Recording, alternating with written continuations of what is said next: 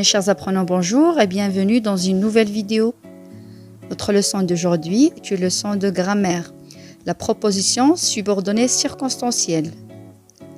Avant de commencer, je vous invite à vous abonner sur ma chaîne si le contenu vous a plu bien sûr. Mes chers apprenants, c'est parti. La proposition subordonnée circonstancielle apporte des informations sur les circonstances dans lesquelles se déroule l'action exprimée par le verbe de la proposition principale.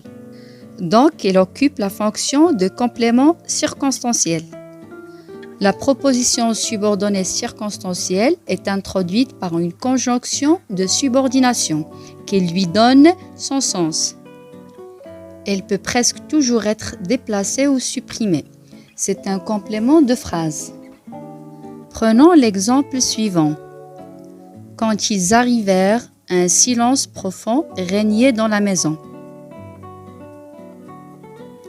La proposition subordonnée circonstancielle peut être déplacée. Un silence profond régnait dans la maison quand ils arrivèrent. Elle peut être aussi supprimée. Un silence profond régnait dans la maison. Une proposition subordonnée circonstancielle peut indiquer le temps, la cause, la condition et le but.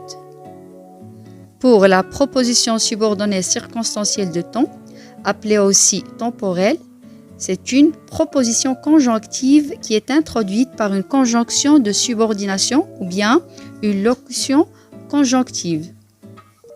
Exemple, je lui annoncerai la bonne nouvelle lorsqu'il reviendra. La proposition subordonnée circonstancielle de temps est introduite par quand, lorsque, dès que, et ainsi de suite. Pour la proposition subordonnée circonstancielle de cause, elle est introduite par puisque, parce que, comme, et ainsi de suite. Elle indique pourquoi, pour quel motif s'effectue l'action exprimée par le verbe de la principale. C'est un complément circonstanciel de cause du verbe de la principale. Prenons cet exemple. Il est absent parce qu'il est malade.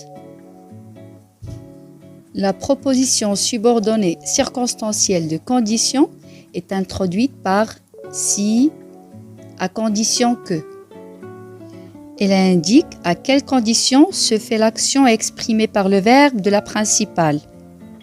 Exemple, nous irons en promenade s'il fait beau.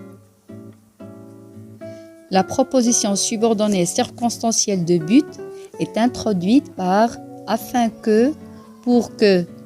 Elle indique dans quelle intention s'effectue l'action exprimée par le verbe de la principale.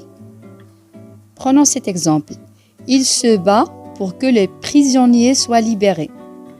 Un autre exemple, on a construit un nouveau stade afin que chacun puisse pratiquer un sport. Et voilà pour aujourd'hui. Je vous remercie pour votre attention et à la prochaine vidéo.